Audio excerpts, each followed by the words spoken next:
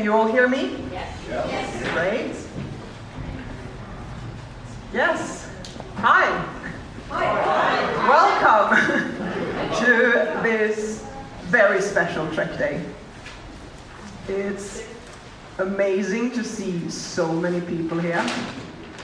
Some of you have been here since the very beginning, when Stockholm Trekkers was founded in 1997, so almost 30 years ago. Back then, these Trek Days were the place to be if you wanted to watch some Star Trek. But some of you are here for the very first time today. Welcome.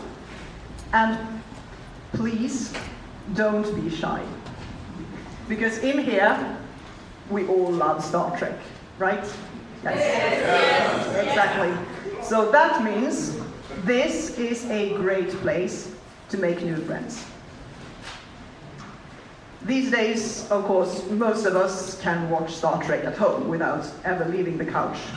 So, much like the Borg, Stockholm Trekkers has adapted. Now, we've done this by focusing just a little bit less on watching Star Trek and a little bit more on hanging out and doing things together. The theme of this Trek Day is, of course, Klingon. And as you all know, we have a very special guest with us, the amazing linguist who created the Klingon language. So, Trekkers, please give your very warmest and most warrior-like welcome to Marc Okrand.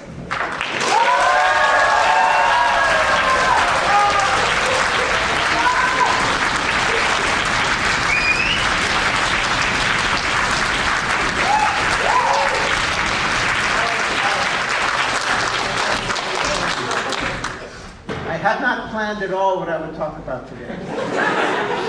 So I'll start talking, and at any time, if you have a question, raise your hand or something. We don't have to wait until the end. If you want to wait till the end, that's okay too. Already? Okay. What I figured I would do is just kind of walk through what I've done. Started with an accident, not an accident, but a chance meeting at Paramount Studios, 42 years ago or something like that, and ended up here. So let's start with Klingon. Klingon started, that's what you want to hear about, right? I got a call, or maybe an email, about 40 years ago, from Harv Bennett, who is the producer of Star Trek 3. And he told me that in this movie, villains are going to be the Klingons. And he thought they should have their own language. So it was his idea to have this language, not mine. And he said, do you want to do that? And I said, yeah, that would be great. Now, the reason he called me as opposed to anybody else in the world is because I made up a teeny tiny bit of Vulcan for Star Trek 2. If you want to talk about that, we can, but today is Klingon Day, so we'll come back to that only if you want to. So I said, okay, I'm supposed to make up Klingon, so what does that mean? Well, they gave me the script, so I knew what the Klingons were going to say, and the names of the characters, all this sort of thing. And I said, all right, I have to make up a language that's not like anything else. Well, it turns out there's a teeny bit of Klingon speaking in Star Trek: The Motion Picture. In the original Star Trek TV show, the one on TV in the 1960s, they mention a language, but they never speak it. So we know there's such a thing, but never hear it. In the movie, we hear it. The very beginning of the movie, if anyone remembers Star Trek: The Motion Picture, is the Klingons. There's 3, I think, Klingon ships moving along. We see inside what I assume is the main ship, and there's the captain or whatever his title is, and he's barking out commands in Klingon. He says, Cha Yahush, and things like that, with subtitles. That's the beginning of the Klingon language. And well, then the Klingon ships disappear. One by one, they're gone from the rest of the movie, right? And the plot of the movie, if you didn't know what the plot of the movie, Star Trek: The Motion Picture is where are the Klingons? What happened to them? They never come back. So that's the beginning. That language was created by two people. One is named is John Poville, who was one of the producers on Star Trek: The Motion Picture, and the other one is James Doohan, Jimmy Doohan, the actor who plays Scotty all the time. They worked up these sounds. John Poville described them as grunts and hisses and things like that. There was nothing more to it. They didn't really focus on vocabulary, certainly not grammar. There's maybe 7 lines, 8 lines. One of them is, I don't know if that counts. There's actually a lot more, but you can't hear it. You can see him talking on a view screen in a later scene, but you can't hear him because a computer is translating the Klingon into English for the Federation. But we only hear the English, we only hear the computer talking. So we can look forward to that. At some point in the future, computers will be able to translate Klingon into English. They cannot right now, so be careful. So anyway, so that's the beginning. So I looked at the motion picture and said, okay, those sounds, those syllables have to be in the language. Fine. What else are we going to do? Well, it's supposed to be not a human language. Right? That was the instructions. Make up an alien language, a non-human language. So what does that mean? Well, human languages all have certain things in common that are very, very ordinary things, like words and vowels and stuff like this. They also have certain tendencies. Certain sounds tend to go together in the same language. Certain sounds do not. Same thing with grammatical features. And there's certain things are more common. Certain sounds are more common around the world. Certain grammatical features are more common and some are less common. So, to make a non-human language, it seemed to me the thing to do was to avoid or steer away from these commonalities, okay? So, when I made up the sounds, for example, I picked sounds. Oh, there was a catch when I made up the sound. I had to think about this when I was making up the sounds for Klingon, in addition to the ones that were on the motion picture. Because when we were working all this out, they told me that all of the actors who were going to speak Klingon in the movie were going to be humans. So I had to make sure that they could pronounce this stuff. Okay, so it had to be noises that you could make with a regular human tongue and teeth and all these things.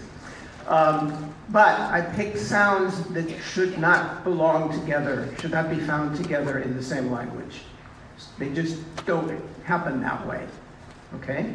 Because human languages function and pattern themselves in certain ways, but Klingon is not human, so it doesn't have to follow the human rules, right? So there's no sound in Klingon that you can't find in some human language or other, but the collection is unique. You should not find that collection of sounds in any human language anywhere, because it's not a human, Klingon is not a human language. And I did similar things for the grammar of the language. Did you know you came here for a grammar lesson? It's awesome! Okay, so, in a very simple sentence, if you want to talk about something, and I'm oversimplifying a lot here, so if there's any linguists here, please forgive me. I know I'm leaving out a lot.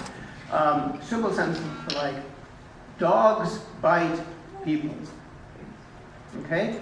There's a subject, there's technical terms. There's the subject, which is dogs, the doers of the action. There's bite, which is the action or the verb. And there's people, the recipients of the action, which is called the object. So there's the subject and the verb and the object. If you're going to say the sentence that means that, those 3 words, those 3 concepts, have to come in some order or other. You can't say them all at the same time. Mathematically, there's 6 possibilities. Subject, verb, object, subject, verb, subject, object, verbs, objects, whatever. There's 6 of them. And if you look at all the languages in the world, you'll find representatives of all 6 of those, where that's the basic word order. By basic, I mean, you can do all kinds of elaboration. and things like that. So the basic order in English is subject and verb and object. Dogs bite people. But you can't say people, dogs bite, and things like this. But the normal neutral order, if you look at the normal neutral order for these things all over the world, you'll find languages representing all 6. But about 87% of the languages in the world have the subject coming first. Subject and verb, like English does. About 1% of the languages, or less, has the object coming first. So what am I going to pick for Klingon? So I pick object, and then verb, and then subject, which happens to be backwards from English, but that's not why I picked it. I picked it because it's the least common in the world, by far, and therefore, from a weird way of looking at things, the least human. Which is not to say anything bad about the people who really speak a language, where that happens, but they're found in Central America and places like that. I also decided, for the grammar, that Klingon should not contain the verb to be. There's no way to say to be. Am, is, are, were, all that stuff. No way to say that. And the reason I decided that, because granted I'm coming from an English bias. The verb to be is all over the place in English. I've probably said it 600 times since I've been standing here. So we're not going to have that in Klingon. Okay. So now we have sounds to use. We have a grammatical system for vocabulary. That was easy initially, because I looked in the script and said, okay, what do they have to say? So I made up enough words to say all the lines in the script where Klingons were speaking in Klingon. Because it said in the script, so-and-so says in Klingon. I also made up Klingon lines for all the lines in the script where Klingons were speaking English to another Klingon, not when Klingons were speaking to Captain Kirk, but when they were speaking English, speaking English to another Klingon. Just in case, while we were filming, someone said, hey, why is that guy talking English to the Klingon? He should be talking Klingon. I could say, yes, here, say this, right? Rather than say, oh, well, let me go think about that. They use 0 of those lines. But it helps flesh out the language. It helps add vocabulary and grammar and things like that. I made up a way to write the language that would be, I hoped, of use to the actors, because that was the point. Using this weird, it was originally I would underline letters if they were a sound that was not found in English, in American English. So an H underlined meant okay, S underline meant D underline meant girl, and things like that. Eventually, jumping ahead a lot of years, I wrote a book called The Klingon Dictionary explaining all this stuff. And when I was writing the dictionary, the word processor I had available to me, this is about 700 years ago, it was a very primitive, it was advanced at the time, but looking back, primitive kind of word processor.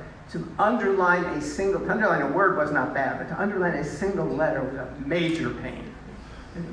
Shift this, alternate that, I don't know what you had to do. I said, I'm not doing that. This is going to be crazy. So I shifted, instead of underlining the letters, I used capital letters. So if you look at Klingon written in with Roman letters, you see capital letters popping in and out in seemingly random ways. Okay, it's not random. It was there as a result of helping the actors. And I got used to it, so you're stuck with it. There are, for sure, better ways to have done that, but that doesn't matter. So I wrote it out, then I made tapes. Actually, I made one tape, cassette tape. There's probably 2 people in this room who remember what a cassette tape is. Anyway, cassette tape. Sent that out to Paramount Pictures in Hollywood. They reproduced it and gave it to all the actors, so the actors could put the tapes in their tape players in the car, because people used to have tape players in their car. And they could drive through Hollywood and practice their Klingon and then clean their windshields and go on. And then I thought, okay, great, I'm done. And then I went out to Hollywood, and my job in Hollywood was to coach the actors, to work with the actors to get them to say their lines properly. The first actor that I coached was Christopher Lloyd. He played Krug, who is the heavy villain in Star Trek 3. In fact, the day I arrived at Paramount, they said to me, go see Chris. I didn't know who Chris was. Go see Chris, he's waiting for you. Okay, so I went to his house, which happened to be not very far from where Paramount is. I said, met him. He said, okay, come up. He had a room above the garage. And we sat there for a little while. He didn't say much of anything except hello. And we sat there. He had the script and he had all my lines. He looked at me, he looked at the script, looked at me, and he said something like, oh, how was that? Was that good Klingon? You know. I said, yeah, that was good. We'll, adjust a little bit. That was good. And we did that a few times. Then all of a sudden he said, oh, I need to get my teeth. And he went away. And I'm thinking, I didn't even notice that this poor guy doesn't have any teeth. But that's not what he meant. What he meant was false teeth, to stick in his mouth. That was part of his Klingon costume. And he figured, if I'm going to learn how to say this stuff, I better learn how to say it, this thing in my mouth. Okay, he's got his teeth. Went back to Paramount. They said, how did Chris do? I said, he did fine. Actually, his at the time, there was a TV show in the States called Taxi. And he was in it, but I didn't know that. I didn't know that this guy that I was talking to was this guy in Taxi. If you know Taxi, and you know which character he played, I'm astounded now looking back at it that I didn't recognize him. Anyway, now it's time to make a movie. And when you make a movie, the way it works is the director yells. Well, the actors go where they're supposed to go. The director yells, action. And the actors do their thing. The director yells, cut, we're done. Then the director checks with the camera person. Is that okay? Yeah, that was fine. Oh, no, the microphone made a shadow. Okay. Check with the sound person. Was that okay? Yeah, fine. Oh, no, a big truck went by. Okay. And when Klingon was involved, they would check with me. And if the actors said the Klingon properly, I would say that was great. And if the actor said the Klingon wrong, I would say, no, he goofed. And they would have to do it over again. They didn't like that. So I learned very quickly. Which is not to say they didn't care. I made it sound like they didn't care. They cared a lot. In fact, there was one line in Star Trek 3 where his crew is supposed to say, he says a bunch of stuff. He goes, blah, blah, blah. Then he uses the phrase, Jota ne, which means only the engine. Just the engine part of the ship. And Christopher Lloyd says whatever he's supposed to say. Jota, like that. And the director, who was Leonard Nimoy, Leonard Nimoy was my boss for a while. I never knew whether I should put on a resume that my boss was Mr. Spock. I didn't know if that would help me or not get a job.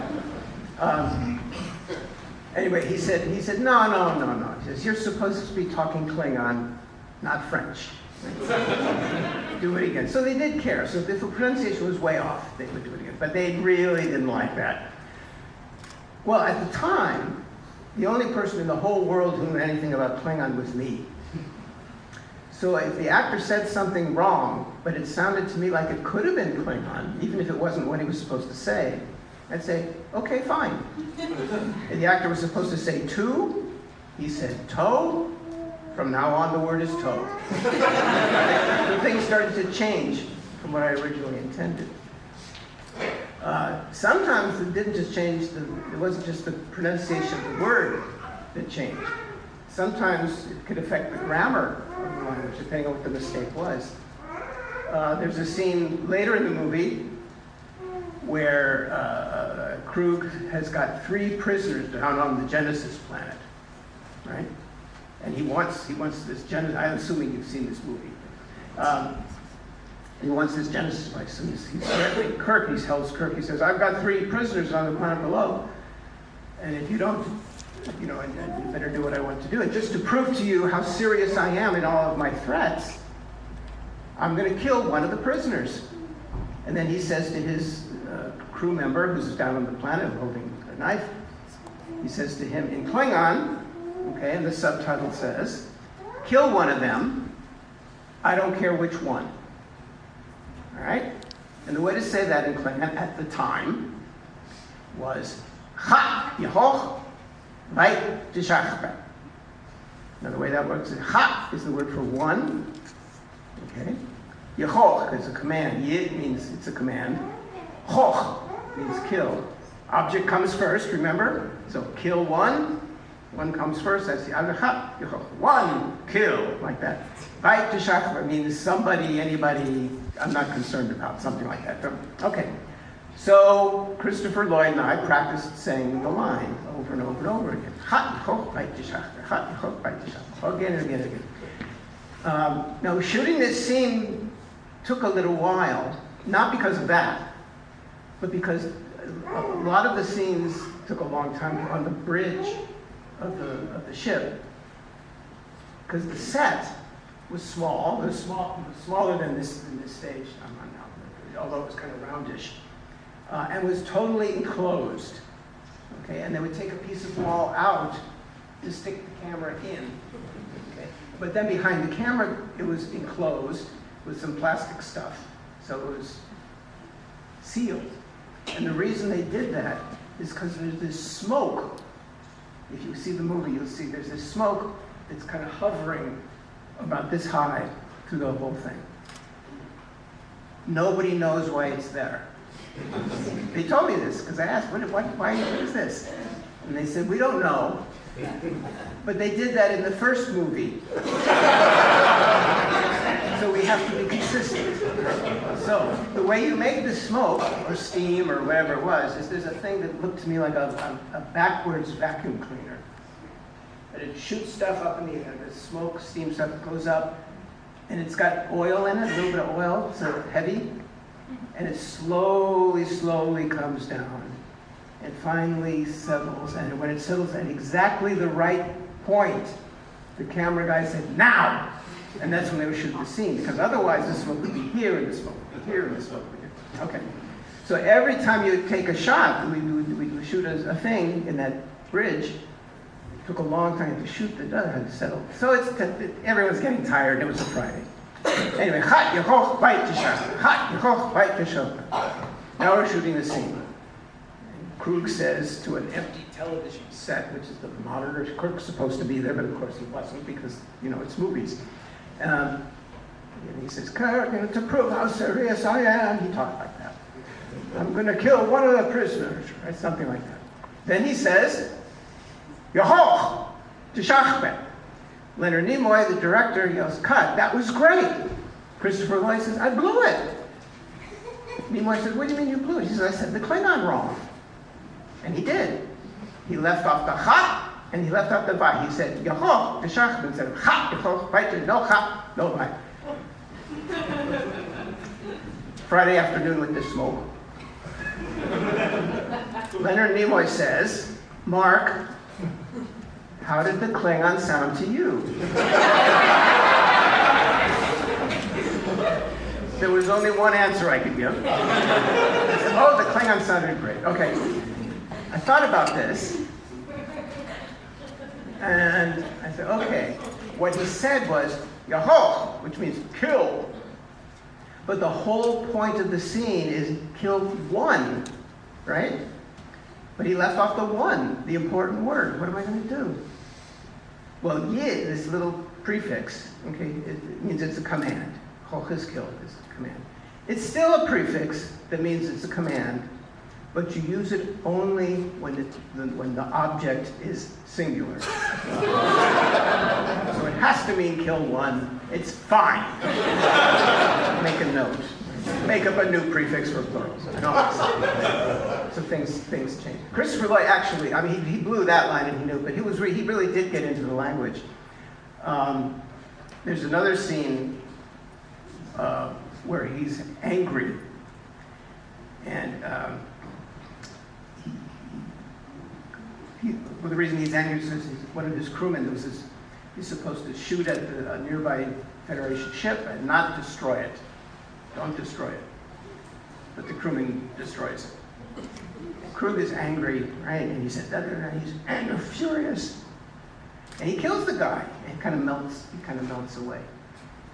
Krug has 2 helpers on the bridge with him. I didn't make up any of the character names for this movie, but I thought about it. The writers made up the character names. So Krug, they made up that, but that's not the way Klingon grammar work or sounds work. So Krug is Krug. Okay. Then he had a helper named Maltz. That's not good Klingon, so Maltz is Max. And this other guy's in the script is Torg. I said, that's Dorg. Okay. So we're going to shoot another scene. Right, and he shoots the guy because he's angry. The guy goes away. And at that point, Torg says to him, "My lord." They always called him "my lord." "My lord." And Krug is angry, so he swings around and points the I guess it's a Klingon disruptor thing, Torg, and he says, "Say the wrong thing, Torg, or I'll kill you too." The line "I'll kill you too" got cut out, but "say the wrong thing, Torg" is still in there. So right before we shot that scene, Roy says, "Mark, come here. How do you say Torg in Klingon?" I thought about it. I said, "Torg is Dorg, like that." He said, "Okay." So now we shoot the scene. "My lord," swings around, "say the wrong thing, Dorg, or I'll kill you too." Nimoy yells, "Cut. Why are you calling my Klingon a dork?" Christopher Lloyd said, "Mark told me to." Nimoy says, "Mark, what's the matter with Torg?" I said, "Nothing. Torg is fine. So shoot it again. Say the wrong thing, Torg, or I'll kill you too." And Christopher Lloyd comes up to me afterwards. "I'm so sorry. I got you in trouble with the director." I said, "No, it's fine. Everything's okay." He said, "But did you notice I didn't say Torg? I said Torg. I said it in Klingon." So he did that. So I was on. If you see Star Trek 3, when they speak Klingon, most of the time, not all the time, but most of the time, I'm just outside the frame when they're doing it because we would practice up to the time they shoot it. All right. Well, that's all over. Goodbye. Bye, Hollywood. Go away. A few weeks later, maybe it's a few months later, it's time for post-production, where they edit the film and so on. And they made some decisions that changed things a bit with the language. One is there were some lines where the Klingons were speaking English to the Klingons, and they decided they should be speaking Klingon to the Klingons. Duh. I made up those lines, but we couldn't use any of them because they were already filmed with them speaking English. So what I had to do, is make up Klingon words or phrases that matched the lips speaking English, but sounded like Klingon. Okay? So an easy one, I'll just show an easy one. There's a bunch of these in there, but an easy one is the word for animal. Because when this guy, in that scene I was talking about, he's mad at that guy that, for blowing up his ship, he calls it animal, like that. They're thinking, why is he calling him animal in English? He should be calling him something in Klingon. So they said, make up a word for animal in Klingon that matches the lips. So animal, you're just far enough away that this will work. So animal in Klingon is Hattgebach. And if I say Hattgebach, animal, in random order back and forth, and you're looking at my lips, you shouldn't know which is which. It should look exactly the same. Not quite, but good enough. Now we have giant HDs and things, it's harder to do that. But anyway, so there was a few lines like that. Then there was a line where instead of when they wanted to change it, but they didn't want to shoot it over again, so they just changed the subtitle. Okay? As I said, the reason the crew was angry with this guy is because he blew up the ship instead of just disabled it. And in the original script, he says to him, in Klingon, after the guy does it wrong, he says, which meant, I told you, engine only. You're just supposed to aim at the engine, not the whole ship. Fine, so Kamapu, That means I told you. Jontat is engine, nech only. I told you, engine only. No problem. Except the subtitle says, I wanted prisoners. All right, now what do we do? Well, you're paying attention. Object comes first, right? I wanted prisoners. Prisoners is the object. The first word is kamapu. That must mean prisoners. Okay, that's long for prisoners, so I decided kama is prisoner, and pu means plural. I already had a suffix that meant plural. Now I have two of them. And I figured, well, I have two, I'll make up a third one, just so that, they're not left alone. So now I have three plural suffixes, and then the next thing comes is the verb. Jontat is the next word. Jontat must be the verb. So, okay, so Jon is the verb, main part of the verb. That means capture. And tat means to succeed at doing something. Okay? And there was a nech floating around anyway that already meant want. So, kamaput jontat nech. I wanted to succeed in capturing prisoners. No problem. No problem. Said, well, he's angry, and kind of under duress, so a few little grammatical niceties aren't there, but that's okay. That's okay. Oh, I forgot. Back to Yahoch de Shachbet. Okay. The word for one, I said, was ha. If anyone here knows Klingon, the word for one is now, is wa. We had to change the ha to wa because of this movie making business, and I honestly and truly don't remember why. But there was something caused that to change. So anyway, so that movie happened. And while we were making the movie, there seemed to be a lot of interest in the language on the part of the crew. Yes? So I guess you could say that the Ha version could be considered an older form of Klingon that isn't spoken anymore. You could consider that. You could consider that the guy giving language instruction at the time didn't know what he was doing. He learned better later. It's the magic of movie making. Anyway, there was a lot of interest in the language from the crew, not from the Enterprise crew, but from the movie making crew. People kept coming up to me and saying things like, "Oh, you're the language guy." I go, "Yeah." They say something in Klingon. I said, "What should I say?" They would say, "Hello, how are you?" I said, "A Klingon would never say that." I got tired of giving that answer all the time, so I made up a phrase, which is "nuknech," which does not mean "Hi, how are you?" It means "What do you want?" But anyway, because of this interest, I thought, maybe clearly the crew, these movie-making people are interested. There's a kind of person out there in the world who at the time I didn't have a whole lot of contact with, but I heard about these people called Star Trek fans. I thought maybe they'll be interested. So I proposed the idea of writing a book explaining how the language works, and they said, well, a bunch of stuff happens, and they said yes. So I wrote this book, the Klingon Dictionary, which included all the words that I made up for the movie, whether they ended up in the movie or not. It was a really skinny book at that point.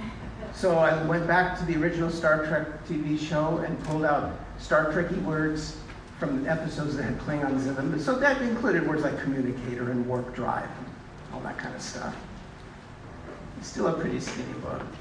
So then I just added some very general vocabulary. But in adding the vocabulary, I restricted myself. I said, I'm not going to add any words that have anything, other than from the movies and TV show, that have anything to do with Klingon culture or geography, which is a very odd thing to leave out of a dictionary.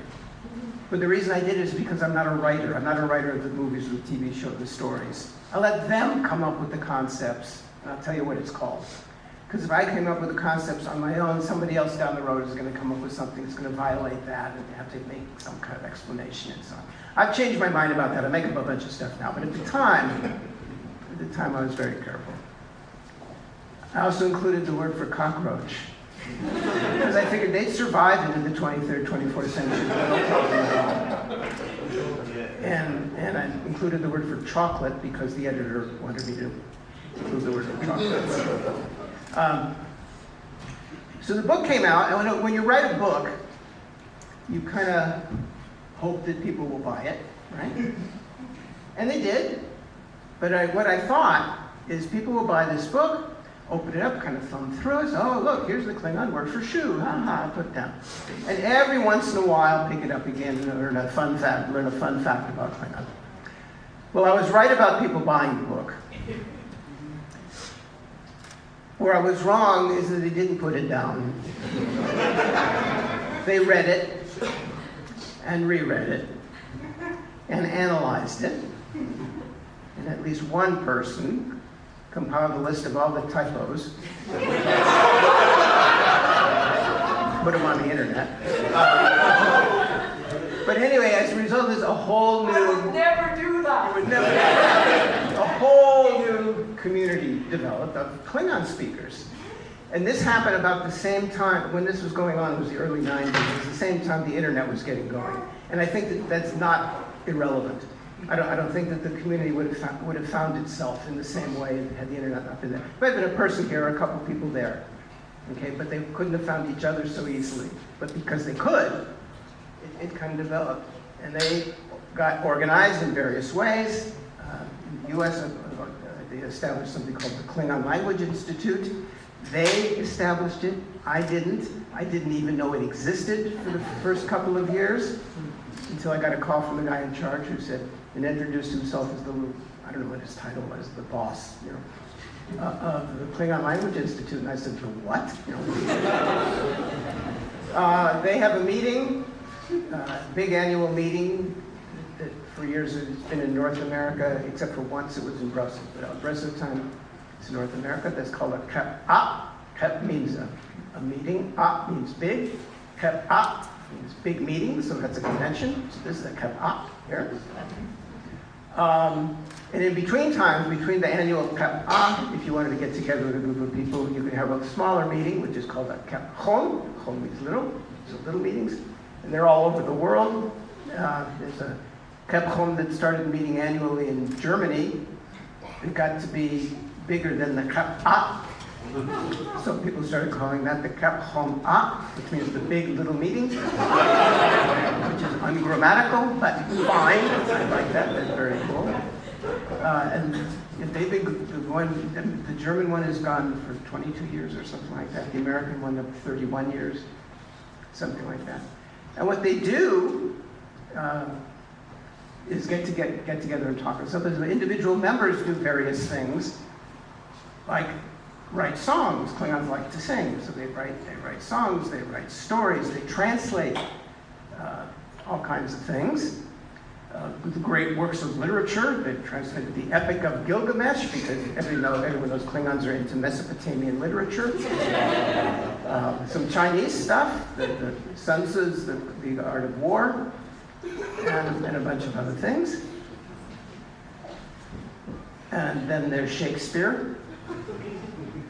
In Star Trek VI, if you remember Star Trek VI, the Federation and the Klingons get together for a banquet on the Enterprise, and the leader of the Klingon Empire, this guy named Gorkon, says he wants to propose a toast. Raises his glass. He says, "The undiscovered country." Everyone sits there with a blank expression, except for Mr. Spock, who says, "Hamlet, Act 3, Scene 1, or whatever the right numbers are. Which is correct, because the phrase, the undiscovered country, is part of the to be or not to be speech. Okay. When we were working on Star Trek VI, the director one day came up to me and said he needed a new word. I was a little worried, actually, because I don't know if you've ever seen a movie lot or been on a movie lot, but they're organized like little cities, so there's streets. Okay, going this way, this way. And I was walking down one of these streets one day, in this way, and Nick Meyer, the director, happened to be walking down the street, coming towards me the other way, and we passed each other. Hello, hello. And I don't know if you've ever had this experience. You walk by somebody, and somehow you know that they stopped, even though you can't see them. There's like a sense. So I turned around, and he had stopped. He's looking at me, and he's going like this. And he said, what did he say? "You go too far." I go, "What?" He said, you go to. I said, what did I do? What actor complained to him about something? I need a phrase that means you go to. It never made its way into the movie, but anyhow. Another day, when I showed up, he says, okay, I need a new phrase, a new Klingon translation. Okay, what is it? He said, to be or not to be? Remember what I said about to be? Oh no! I had or and not. I didn't have any to be, and I was not about to change anything there for two reasons. One, because I wasn't, and another because in the book it says there's no way to say to be. So I said, well, what if it means to live or not to live? Okay. He said, okay. Go tell Chris. This is a new Chris. This is Christopher Plummer, because to be a Klingon you have to be named Chris. So he's waiting to hear what this thing is. Well, the way to say, there's probably 5, 6, 7 different ways I could have done to be or not to be, to live or not to live. I did it kind of down and dirty and super simple, which is live or live not. The word for live, I looked it up in the dictionary, is yin, okay, or is par, live, again, yin, and the bet is a suffix that means not. Yin, par, yin, bet, live or live not. Go to Christopher Plummer, who says, I understand you have a new phrase to teach me. Yes. Okay, say it. I said, yin, par, yin, bet. He goes, yin? Yin? I said, yeah. He said, no, that's too weak. We need something better than that. All right, now what am I going to do? And I thought, I said, what if we go, tach, pach, tach. Yeah, he goes, tach. Tach is good. Let's keep tach. Up until that moment, tach was a suffix that meant to continue doing whatever the verb is. So walk plus tach means continue walking. Eat plus tach means keep on eating, something like this. I kind of elevated it to be a verb in its own right. That means to go on, to continue, to endure. So tach, tach, tach, bet. To go on or not to go on, to continue or not to continue. I did not know at that point where it fit into the movie, because it wasn't in the original script. It was in Klingon, it wasn't in the original script. Until we shot that scene with the toast. I'd like to propose a toast, the undiscovered country, Hamlet, Act 3, Scene 1. Then the leader of the Klingon Empire says, you have not appreciated something. You cannot appreciate Shakespeare until you have read him in the original Klingon. And then Christopher Plummer says, ha, ha, ha. Okay, it wasn't shot that way. They changed it all around, but that's the way it ended up in the movie.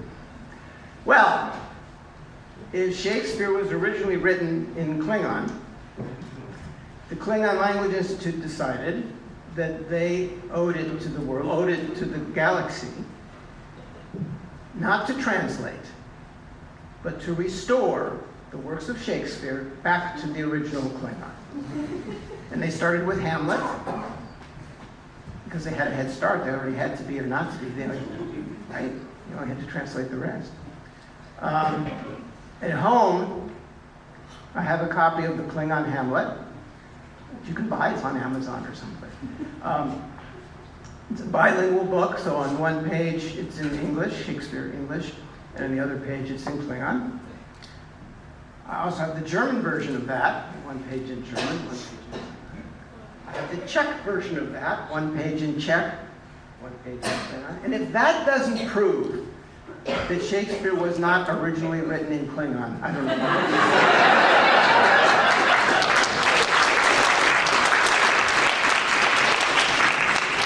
So anyway, the Klingon language people, languages people have gone on and translated up all kinds of more things. Klingon had a resurgence sort of recently when the new Star Trek shows came up, starting with Discovery, which has quite a bit of Klingon, especially at the beginning, and interesting looking Klingons as well. I did not work on Discovery for Klingon. Okay? It's all my words, it's all my grammar that I made up way back when. But that work was done primarily by a woman named Robin Stewart, who's a superb speaker of Klingon in Canada. And some of the episodes were done either in full or in part by Alan Anderson, who's an American Klingon speaker. I don't feel bad about that. I feel fine. For two reasons. One is because I know them and I knew they would do a terrific job, and they did. And also because I didn't have to do it, because it's hard to make up all that stuff. Anyway, for Discovery's first season, in the US and Canada, it was nobody broadcasting anymore. It was streamed, I guess, on whatever services. But everywhere in the world except the US and Canada, it was streamed on Netflix. And on Netflix, as you probably know, you can choose to read subtitles in various different languages. So if the program is in Spanish, you can read it with Swedish subtitles. If the program is in French, you can read it with German subtitles, and so on. Okay. For Star Trek Discovery Season 1, the entire show was subtitled in Klingon. That was done by Lieven Litar, who's a Belgian living in Germany Klingon speaker person. Klingon has been used in all of the other new Star Trek things in one degree or another. I have worked on those, and not just me. Other people are doing it. I've worked on Discovery for other languages, interestingly enough, but not for Klingon. So it's still ongoing. It's still out there. About, oh boy, when was this? 10 years ago, 12 years ago, or something like this. I was at I don't know what to call it, some kind of a meeting at a university in Washington, D.C. about linguistics in general. And another participant at the meeting came in and he was late, and he apologized for being late. But the reason he was late, he said, well, I should back up a little bit what happened earlier that morning. That morning when I got up, before I went to this thing, on the internet, on Facebook, or probably something else. Anyway, all over the internet, there was an ad from an organization called Rosetta Stone. Rosetta Stone is a language learning thing. And they were introducing a new language among the other languages that they teach, and it was Klingon. I said, really? I didn't know Rosetta Stone was doing Klingon. And then I started getting emails from friends. Did you know about that? Did you work on it? I had no idea. No, I didn't work on it. Where did this come from? I don't know what it's all about. And then I noticed the date. It was April 1st. Does that mean anything here? All right, okay. And they did a good job. The box was a beautiful box. It looked real. They even got Michael Dorn to do ads. It's really good. Anyway, so I went to this thing, and this guy comes late. The reason he was late is because his job was the social media manager or something for Rosetta Stone. And he'd been busy all day long dealing with emails and things from people who really wanted this course, but Rosetta Stone had no intention of producing something. But they wanted to exploit it to their advantage, and they're trying to figure out how to do this, and so on. So that happened, and the Klingon over the years, right, has progressed. People using it more and more, not just in the TV shows and stuff, but actually more Klingon has been done for not the movies and not the TV shows than has been done for Hollywood. There's lots and lots of all the new vocabulary is generated by the Klingon speakers who want to know, how do you say this and how do you say this? So they ask me, and eventually I tell them. Clearly not fast enough, but it comes out. There's more and more stuff. Goes on and on and on. Klingon has shown up on TV shows that are not Star Trek and that are not The Big Bang Theory, right? It pops up in movies, it's in comic strips, it's all over the place, and so on. So Klingon has become a real language, okay? That people are using in the same way they use any other language, you know? Except in one respect. You cannot learn it from Rosetta Stone. However, you can learn it from Duolingo. I'm pointing to one of the people who made that course. So it's out there and it's real, yes. I tried to learn it from Duolingo, but that part is a booty. And what? I tried tried to learn Klingon from Duolingo, but that word is kind of ego. Hi!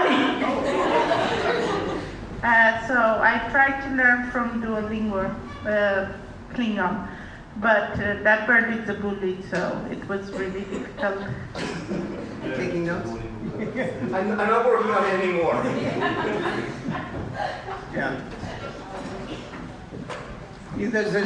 Duolingo is probably at the end of Klingon languages, they have a course too, are probably the best online places these days to learn. There's no textbook. There's books about Klingon, besides stuff that I've done. There's no textbooks except for one done in Germany. So if you know German and want to learn Klingon, you could do that. It's been translated into English, but not published. There's like one version floating around somewhere. There's that. The other sort of online service for translating Klingon is Bing. You know, there's Google Translate, there's a Bing Translate. Google does not have Klingon. Although, for one time, you look at the opening page on Google, where you go, it can be in any language, and Klingon used to be, I guess still is, one of them. In English, the opening page used to be kind of simple. If you go to Google, they say Google, then certain days of the year would be a very fancy way of writing Google. And then you had a choice of, I think in English, it says Google it or something, which means go be a search engine. And the other little thing said, I feel lucky, which means that Google would just find something random for you, or something like this. And on the Klingon version, the I feel lucky was I want to gamble, something like that. Yeah. And Facebook has been partially translated into Klingon. I assume other things have too. But there's no Google Translate thing for Klingon. There's a Bing thing to translate Klingon. Do not use it. It is not good. It does very, very strange things. There was a big effort to get it working properly when they started, but it stopped. So that one's not good. So if you want to learn Klingon, the best thing to do is come back this afternoon, because this local Swedish Klingon group, who knows what they're doing, probably better than I do in certain ways, because they've been doing it more recently, can tell you all kinds of stuff. So that's my life in Klingon. That's what I did. That's what I've done. It hasn't ended. It's still going on, which I'm happy to say. So, any other questions? Yeah. There is a old Swedish synth-pop. Sorry. There is an old Swedish synth-pop group from the 80s that made a lot of songs about Star Trek, and their most famous hit is Never Trust a Klingon. Have you heard it? No. You should listen to it. It's pretty good. Cool. There was another right here. Yeah. Coming back? Oh, over there. Either or. It doesn't matter. Räck upp handen, ni som vill ha en fråga. Jag ser. When you created the language, how much did you consider the Klingon society and their lore and their sort of way of being? Yeah, I did take that into account. Now, when I created it initially for the movie, I honestly and truly wasn't worried too much about anything beyond the movie, because I didn't know that anything was going to happen after the movie. I didn't know that it would end up here, right? So I thought about looking at the way that the Klingons were characterized in the movie and what they said, and so I thought about that in making it, plus the motion picture, Star Trek the motion picture, plus the original Klingons on TV. So the Klingons are mean and tough and gruff, and I incorporated. I thought about that when I was doing the language, and along those lines, I intentionally left out certain things. Okay, not only did I leave out hello, how are you? But please, thank you, good morning. No, none of that. However, the scriptwriters for Star Trek, especially Next Generation, Deep Space Nine, that time, some of them paid attention to the language more than others. Okay, for a few of those episodes, they got a hold of me, and I made up a line or two. For some of the episodes, they got a hold of the dictionary. Some of them could kind of figure it out. Most of them would find the word but didn't understand the grammar, so all kinds of strange things happened. Mostly they just made stuff up. Just made it up. But if it was on TV, okay, or in a movie, it counts. It's real Klingon, so I kind of incorporated it into the language. So for example, they made up a Klingon weapon, which is this thing. You know what I'm talking about? Okay. And they said, that's an honor sword. So they went to the dictionary, looked up the word for honor. It's bat. B-A-T-L-H. Bat. Okay, looked up sword. Et. Apostrophe E-T-L-H. So it's bat. Et. There's a lot of flip in it, a lot of L's and things. Somebody transcribed it wrong into the script and spelled it B-E-T-L-E-H. So people start pronouncing it, or T-H, I guess, start pronouncing it Batleth, okay, which contains non-Klingon sounds. But if you're speaking English, that's okay. Or anything other than Klingon, you know, that's okay. Call that. The real Klingon Klingonizes, so it's Betlech in Klingon. But they just got it. Or Klingon food. There's a famous Klingon food, these wormy things, right? Which are called gach. They pronounce it all kinds of different ways. So I'm watching TV and Deep Space Nine. There's this, it wasn't Deep Space Nine, it was Next Gen. This stuff, and someone says, what's that? And something, that's gach. What's that? That's serpent worms. What in the world is a serpent worm? Well, in the dictionary, there's a word rar, which is translated in English as serpent, comma, worm. They just ignored the comma and made up this new creature called a serpent worm. So, all right, well, gach, or whatever it is that they made up, that's that food. But rar is the actual creature. See, so they got two words out of that. So anyway, my point is that they made up a lot of stuff as they're going along, with or without the dictionary. If they didn't look at the dictionary, just made patach. They made that up. I didn't make that up. But they pronounced it 2 or 3 different ways, and I decided the right way is patach. So one day, in one episode, Captain Picard said, Next Gen, Captain Picard says this word, which in the script is spelled a certain way, and he pronounced it like it is in the script, which is something like kadlo. It's not subtitled, and it's not translated in the series, but you can tell from context that what he's saying is thank you in Klingon. Oh. All right. I guess you can say thank you in Klingon. So I modified that to katro, which means I thank you. Okay. Thank you. One. Shatro is I thank all of you. In another episode, I don't know whether this is Next Gen or Deep Space Nine, the writers went to the dictionary, found the word maj, which means good, and ram, which means night. And they had some Klingon guy say, Majram, good night. Well, Maj doesn't mean good like, good water, good table, good house, or, good person. Okay? Maj means good like, good, oh boy, great. Something like that. So Majra means, hooray, it's night. I don't know what it means. But because they had that, and because it was on TV, it counts. So that's the way to say good night in Klingon. And because you can say Majram, good night, using Maj with other words, you get Maj Bogan. There's a good morning, good afternoon, good evening. All of that became okay. Somehow got introduced a way to say please, which means I ask you honorably, literally. And a way to say goodbye, which is I'm leaving now. The traditional way of ending a conversation in Klingon is just stopping talking and walking away, right? No, we have to be here Earth-like and do all this stuff.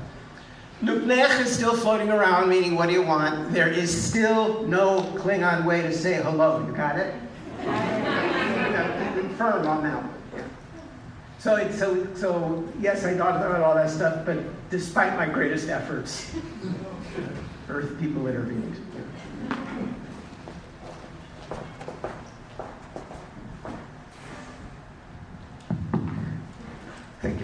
So, okay, I like that Klingon from the start was basically an intrinsically root language.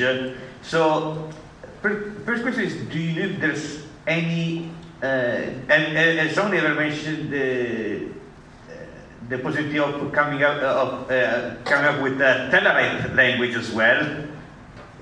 Well, I'll ask the second question later. Yeah, no, there's all kinds of languages in Star Trek. I did not make up all of them, okay? I made up a few. None of them is as extensive as Klingon, for sure. But there's a bunch. They're right, something interesting